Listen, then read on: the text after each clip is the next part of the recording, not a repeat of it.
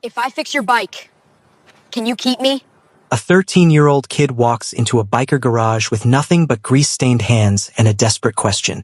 Just one shot to prove he belongs. What he doesn't know. This club doesn't just fix motorcycles, they rebuild broken lives. But first, he has to finish what his grandfather started. The bell above Thunder Fork's garage door didn't ring when Brian pushed through. It had been broken since March, same as half the things in this place. He stood there for a moment, backpack hanging off one shoulder, trying to look taller than his 13 years allowed. 3 men looked up from a disassembled Sportster. The closest one, bald with arms like tree trunks, set down his wrench slowly. "We're closed, kid." "No, you're not." Brian's voice cracked halfway through. He cleared his throat, tried again. "Sign says open till 6. It's 5:30. The bald man, Butcher, though Brian didn't know that yet, exchanged glances with the others. "You lost."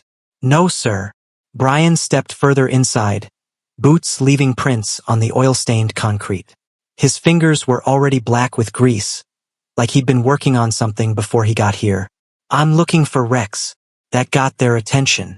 The man at the workbench straightened up, wiping his hands on a rag that was dirtier than his fingers. Rex stood at the workbench. Deep lines mapped his face, some from squinting at motor parts, others from decisions he probably regretted. "And who's asking?" Brian reached into his jacket. Too big for him, sleeves rolled twice, and pulled out a faded photograph. He held it up. "You knew my grandfather, James Carver. Rode with you back in the 90s. The garage went quiet except for the radio playing something low and scratchy in the corner. Rex took the photo, studied it for longer than necessary. When he looked up, something in his expression had shifted. "Jamie's grandson. Not a question. Heard he had a stroke couple weeks back. He's at County General. Room 247. They won't let me stay with him." Brian's jaw tightened. "Social Services wants to ship me to Springfield. Group home. 300 miles from here. And you came here because?" Brian turned and pointed to the corner of the garage, where a rust-covered Harley sat under a tarp covered in dust and spider webs. "Because I can fix that." Butcher actually laughed. "Kid, that bike's been sitting there for 6 years. 3 mechanics have looked at it.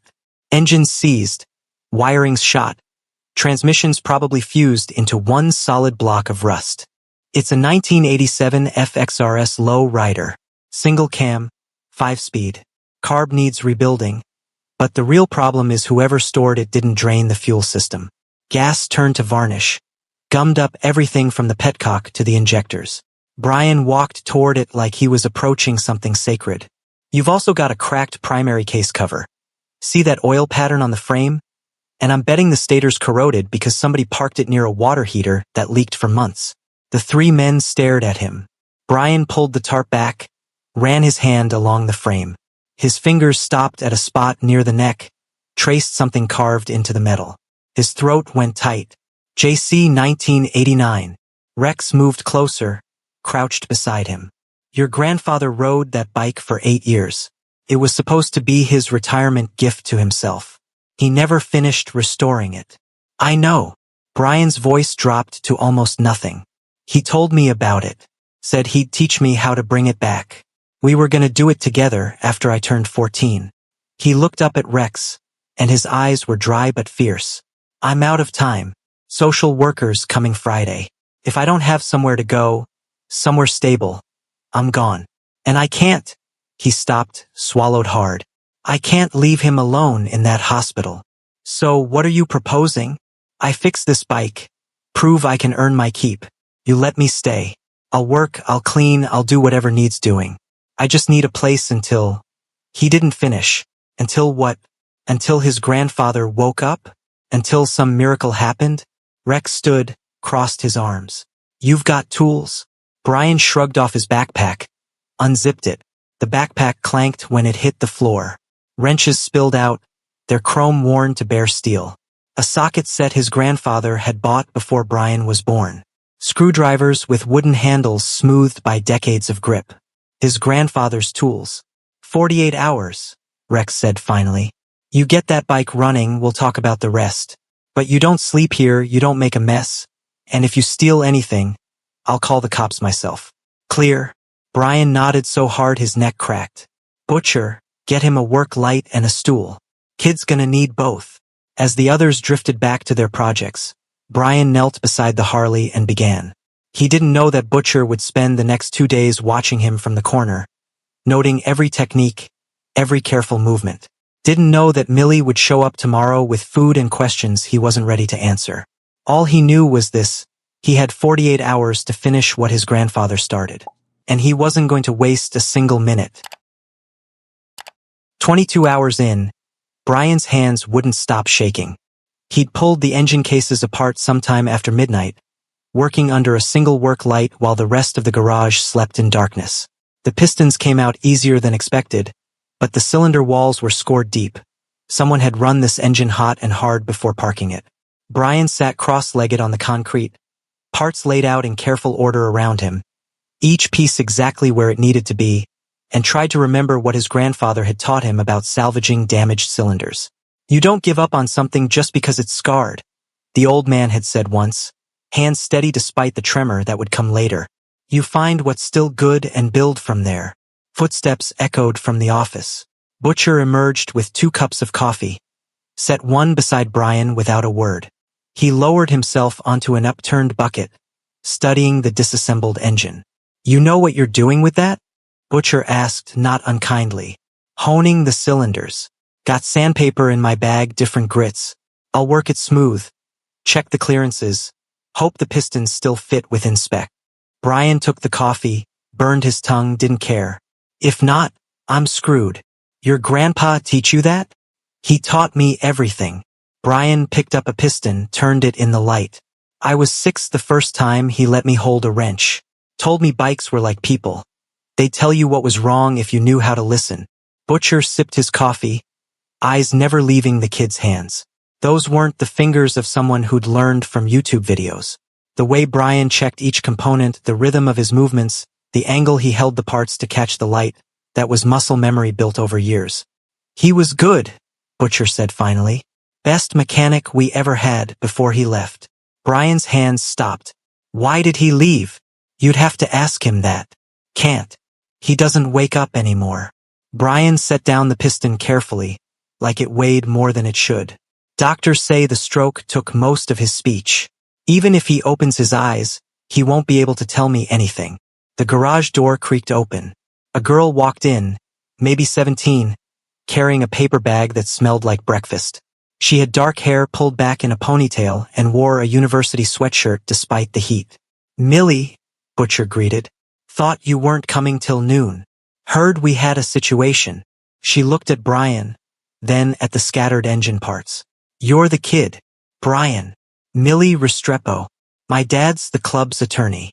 She set the bag down, pulled out wrap sandwiches. Ate yet? Brian shook his head. She tossed him one, kept the other for herself, sat down on the floor across from him. So what's your plan here, Brian?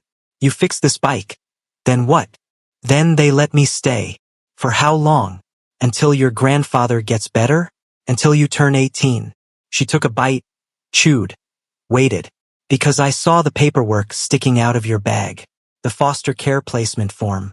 It's dated for this Friday. Brian's jaw tightened. That's my business. It becomes everyone's business when Rex is considering harboring a minor without legal custody. Millie wasn't cruel about it, just matter of fact. I'm not trying to bust you. I'm trying to figure out if there's a way to make this work that doesn't end with everyone getting arrested. Butcher stood, stretched his back with a series of cracks. I'll let you two talk. Brian, take a break. You're no good to that engine if you pass out. After he left, Millie pulled out a notebook. Tell me about your situation. All of it. So Brian did. His mother died when he was 3. His grandfather raised him in a house that always smelled like motor oil and Old Spice. There wasn't anyone else. No aunts calling on birthdays, no cousins at Christmas. Just the 2 of them and whatever bike was torn apart in the garage. Just a 13-year-old kid who could rebuild a carburetor in his sleep but couldn't stay in the only home he'd ever known because the state said a stroke victim couldn't be a guardian. Millie wrote notes, asked questions, didn't promise anything. When she finally closed the notebook, she said, there might be something we can do. Emergency kinship placement. if we can find a relative willing to take temporary custody. Or, she hesitated. Rex has fostered before. Long time ago. If he still has his certification, and if he's willing, I don't need charity. No, you need a legal address and an adult signature. Millie stood, dusted off her jeans. Finish the bike first. Prove you're worth the trouble. Then we'll see what we can do. She left, taking the morning light with her. Brian turned back to the engine. 30 hours left. He picked up the sandpaper and started honing the first cylinder, counting strokes to keep his mind from wandering to hospital rooms and social workers and everything he couldn't control. The sun had climbed high enough to turn the garage into an oven. Sweat dripped into Brian's eyes as he worked, mixing with the grease until he couldn't tell where oil ended and exhaustion began. But stopping wasn't an option. Stopping meant thinking about Friday, about Springfield, about losing the only family he had left. Around noon, he found it. The hidden compartment was behind a false panel in the frame, revealed only when he removed the damaged primary case. Inside was a small waterproof bag. Brian's hands trembled as he opened it. Photographs. Dozens of them. Young men on motorcycles laughing at the camera. His grandfather among them, maybe 30 years old, with a full head of hair and a smile Brian had never seen on the old man's face. Rex was there too, lankier, less gray. And others, some Brian recognized as older versions of current club members. One photo stopped his breath. A woman holding a baby, his grandfather's arm around her shoulders. On the back, in faded ink, Sarah and little Brian, 1992. His mother, and him. Brian flipped through more photos. His grandfather at birthday parties, teaching a toddler to ride a tricycle, holding a little boy's hand at what looked like a funeral. Every major moment, documented and hidden inside this bike like a time capsule. The last photo was different. His grandfather alone, older now, standing in front of the Thunder Forks garage with the Harley beside him. On the back, never too late to come home. Brian sat there on the cold concrete, photos spread around him, and understood something he hadn't before. This bike wasn't just a restoration project. It was his grandfather's unfinished apology. And now it was Brian's inheritance. He'd been working for nearly 2 days straight. The deadline was close enough to taste. Brian's vision blurred as he torqued down the final cylinder head bolt. The engine was back together, every component cleaned, measured, installed with the precision his grandfather had drilled into him. His fingers were raw, 2 nails cracked from forcing a stubborn bearing race. He hadn't slept in 36 hours. The garage had filled up around sunset. Word had spread somehow, the kid trying to resurrect Jamie Carver's ghost bike. Men leaned against workbenches, arms crossed, watching. Not mocking, just waiting. Rex appeared beside him, wiping grease from a connecting rod he'd been working on. Before you try starting that, need to tell you something. Brian didn't look up from the timing cover he was bolting on. I'm almost done. Your grandfather didn't leave because he stopped caring about this club.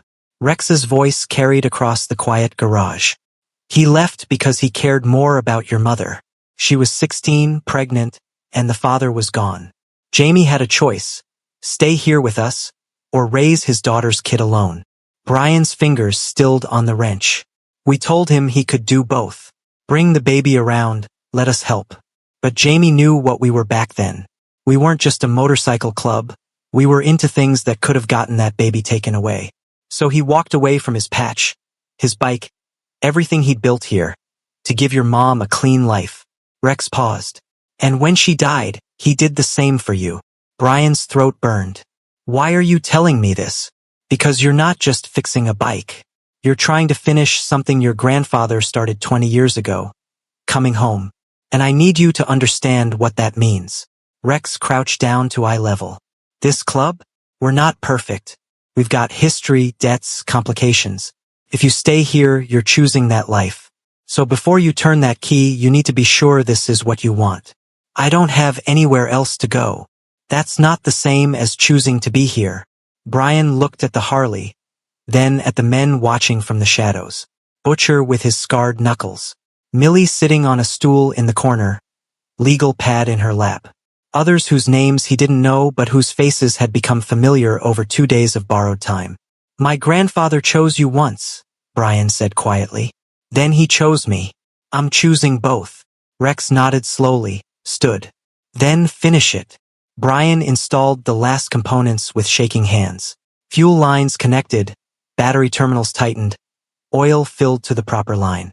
He'd rebuilt the carburetor twice to get it right, rewired the entire electrical system, replaced the clutch plates with spares Butcher had donated from his personal stash. Everything was perfect. It had to be. He climbed onto the seat, felt the weight of his grandfather's jacket on his shoulders, and turned the key. The fuel pump primed with a quiet hum. Good sign. He pulled in the clutch, thumbed the starter. The engine turned over once, twice, caught with a stuttering roar that filled the workspace like thunder. 3 seconds of the most beautiful sound Brian had ever heard. Then it died. He tried again. The starter cranked, the engine turned, but nothing caught. No spark, no combustion, just the mechanical grinding of parts moving without purpose. Come on! Come on! Brian's voice cracked. He ran through everything, fuel flowing, kill switch right, spark plug firing clean. Everything worked except the engine. He tried more times, each attempt weaker than the last as the battery drained. Nothing. Butcher moved closer, listening to the cranking sound. His expression changed. Kid, pop the timing cover. Pop it. Brian's hands trembled as he removed the bolts he'd just installed. When the cover came off, his stomach dropped. The timing mark was 180 degrees off. He'd installed the gear backwards. Such a simple mistake. Something a first-year mechanic would catch. But Brian had been so tired, so desperate, so focused on getting everything perfect that he'd rushed the one thing you never rush. And now, with 6 hours left on Rex's deadline, he'd have to tear down half the engine to fix it. He couldn't do it in time. Brian's breath came in short gasps. He tried to hold it together, tried to think of a solution, tried to be the mechanic his grandfather had trained him to be. But he was 13 and exhausted and out of time, and the only home he had left was slipping through his oil-stained fingers. The photos from the hidden compartment sat on the workbench, his grandfather's young face smiling at ghosts. I'm sorry, Brian whispered. Not sure if he was talking to the old man in the hospital or the ghost in the photographs. I'm so sorry. Then he felt a hand on his shoulder. Butcher knelt beside him, toolbox already open. Your grandpa didn't teach you to finish bikes alone. He taught you to start them. The old mechanic's voice was rough and quiet at once. Now let me show you how we finish them together. Rex called out across the garage. Anyone got plans tonight? One by one, the men shook their heads. Good, Rex said. Let's bring this one home. They worked through the night like a surgical team. Butcher called out instructions while Brian's hands moved inside the engine. Timing pin goes in the upper hole, not the lower. Feel it. Got it. Brian's voice was hoarse but steady now. 2 other mechanics, Diesel and Crow, held work lights at angles Butcher specified. Millie brought coffee every hour, said nothing, just squeezed Brian's shoulder, and went back to her corner where she was drafting something on her laptop. Rex didn't work on the bike. He made phone calls. Quiet conversations in the office that Brian tried not to think about. Hours later, past midnight, Butcher let Brian reinstall the timing gear himself. Slowly, triple-check the marks before you tighten anything. Brian's hands didn't shake anymore. He aligned the marks, checked them against the manual Diesel had pulled up on a tablet, checked them again with a flashlight at a different angle. Only when Butcher nodded did he torque the bolts to spec. They had the engine back together by the time dawn broke through the windows. First light was breaking through the garage windows when Brian climbed back onto the seat. The audience had grown. More club members had arrived in the night, summoned by texts and phone calls. They lined the walls watching something that mattered. Brian didn't pray. His grandfather had never been religious. But he thought about the old man's hands guiding his years of Sunday mornings in a garage that smelled like coffee and motor oil, the patient voice explaining that mechanics wasn't about forcing things. It was about understanding what wanted to happen and helping it along. He turned the key. The fuel pump hummed. He pulled in the clutch, took a breath that felt like it might be his last, and hit the starter. The engine turned once, twice, then it caught. A roar filled the garage. Deep and clean and strong. The sound of 87 horsepower waking up after 6 years of silence. The whole workspace seemed to vibrate with it, and Brian felt the rumble through his legs, his chest, his bones. He gave it throttle. The engine responded perfectly, settling into a smooth idle that sounded like music. Someone cheered. Then everyone was cheering, hands clapping Brian's back, voices overlapping in celebration. But Brian just sat there, one hand on the grip, feeling the heartbeat of his grandfather's last unfinished dream. Rex walked over, had to lean close to be heard over the engine. "Shut it down. Let's talk." In the office, Millie was already waiting. She slid papers across the desk. "Hospital called an hour ago," Rex said. "Your grandfather's being transferred to the VA facility in Henderson. Better stroke care therapy programs. I pulled some strings through our veteran network." He paused. "As for you, Millie's been working on emergency placement paperwork. I still have my foster certification. It's expired, but she thinks we can expedite renewal." "How long will that take?" Brian's voice was small. 2 weeks, maybe 3. Too long for Friday's deadline. Rex looked at Millie. She picked up where he left off. "So we're filing for temporary emergency custody with the club as collective guardians. It's unusual, but there's precedent in kinship situations.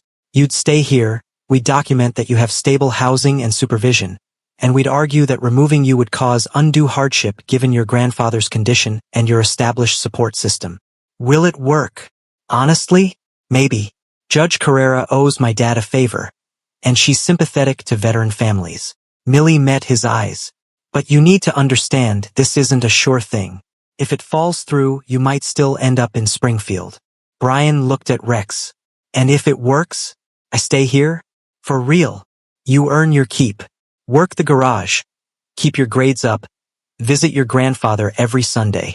Rex's expression was stern but not unkind. "This isn't charity, Brian. You're crew now. That means responsibilities." "I understand." "Good." Rex stood, walked to the window overlooking the garage floor. "Your grandfather sent me something about 2 years ago. Letter I never answered. He said he was getting old, that he wanted to make peace before it was too late. Said he had a grandson who could rebuild a carburetor in his sleep." Rex turned back. "I didn't believe him. Figured it was just an old man bragging. Guess I was wrong." The social worker came that Friday.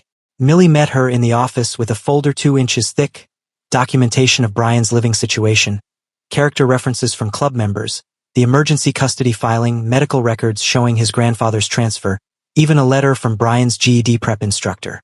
The woman looked tired, overworked, carrying too many cases. She reviewed the papers, asked Brian questions about where he slept and whether he felt safe. She interviewed Rex, inspected the storage room that had become Brian's bedroom, small but clean, with an actual bed now instead of a cot. When she left, she didn't take Brian with her. 3 months later, Brian stood beside his grandfather's hospital bed. The old man's eyes were open but distant, his right side still paralyzed. Brian held his hand and told him about the bike, about Thunder Forks, about Butcher teaching him to properly gap spark plugs. "We got it running, Grandpa, just like you wanted."